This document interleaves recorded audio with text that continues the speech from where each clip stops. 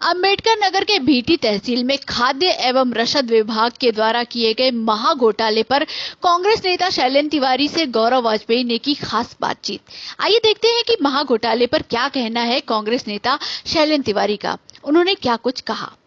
नमस्कार, मैं गौरव वाजपेयी स्वतंत्र भारत से। जैसा कि हम लोग देख रहे हैं कि अंबेडकर नगर भीटी में एक बहुत बड़ा महाघोटाला सबके सामने आया है, तो उसी संदर्भ में हमारे साथ में कांग्रेस नेता शैलेंद्र जी हैं, जिनसे हम लोग जानते हैं उस महाघोटाले के विषय में उनका क्या है विचार है और किस तरीके से उनका क्या कहना है।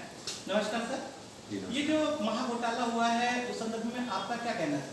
देखिए, जो सरकार अभी तक पहले से जिनकी नीति नियत और नेतृत्व की बात चल रही थी, मुझे लगता है पूरी तरह से वो फेल है। ये वही सरकार है जो कहती थी कि बहुत हुआ भ्रष्टाचार, अब की बार मोदी सरकार। मुझे लगता है कि ये पूरी तरह से झूठ का पुलिंदा था, क्योंकि इस भ्रष्टाचार में, इतने बड़े भ्रष्टाचार में पूरी तरह से सरकार की संलिप्तता दिखाई पड़ती है।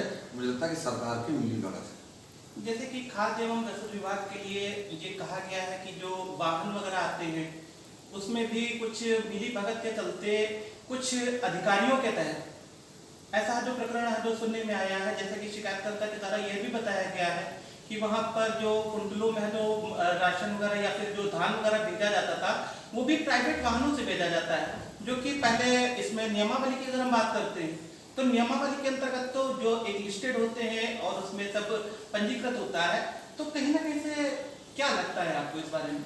देखिए, बिचौलिए पूरी तरह से इस सरकार में एक्टिव हैं। भ्रष्टाचार घोटाले की जड़ बन चुकी है। मुझे लगता है कि इस सरकार में चारों तरफ कोई भी क्षेत्र हो, किसी भी वर्ग के लोग परेशान है। सरकार को शटर के पीछे, बंद शटर के पीछे व्यापारी काम करता, पेट पालने के लिए दिखाई पड़ता है, लेकिन टेबल के नीचे घूस लेता अधिकारी नहीं दिखाई पड़ता है। ये बड़ी विडंबना का विषय है और मुझे लगता है कि ये विषय इसलिए है क्योंकि सरकार इसमें पूरी तरह से संलिप्त है।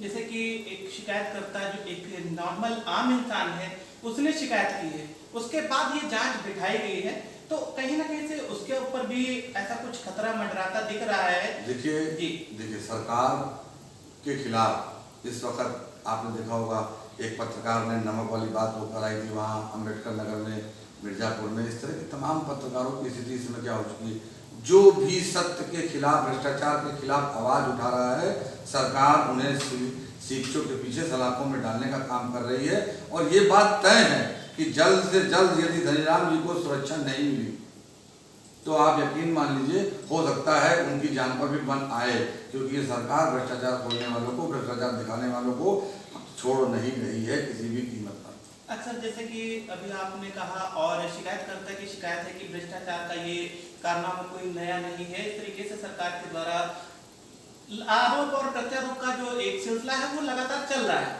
लेकिन इसमें हमको थोड़ा सा आप बताएं कि कांग्रेस की नीति और रणनीति आगे की क्या है, कि मतलब इस जो ये प्रकरण है आपका अंबेडकर नगर का, इस संदर्भ में कांग्रेस क्या करने वाली है? देखिए, कांग्रेस पूरी तरह से इसी संदर्भ में नहीं, जितने भी भ्रष्टाचार हैं, जितने घोटाले हैं, अभी आपने बिजली वाले में देखा होगा जिसमें वो पूरा पीएफ खा गए हैं कर्मचारियों का, उसमें भी लगे हुए हैं, तमाम चीज़ें से वो उजागर किया है सरकार। लेकिन कुंडली मार करके घोटालेबाजों को दबा करके बैठी हुई है। सरकार पूरी तरह से संलिप्त है इस मामले में।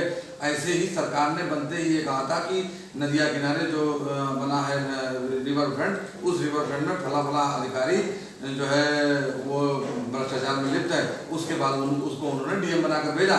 ये सरकार पूरी तरह से गुड़ खाती है, गुलगुले से परहेज करती है। मुझे लगता है कि भ्रष्टाचार का जो नारा था, मुझे लगता है कि ये अब की बार भ्रष्टाचार युक्त सरकार, ऐसी बात बन चुकी है। ये थे हमारे साथ शैलेंद्र तिवारी जी, जो कांग्रेस के एक नेता हैं और इस भ्रष्टाचार पर थी ये उनके स्वयं के विचार हैं। मैं वीडियो जर्नलिस्ट अजय के साथ गौरव वाजपेयी, स्वतंत्र भारत।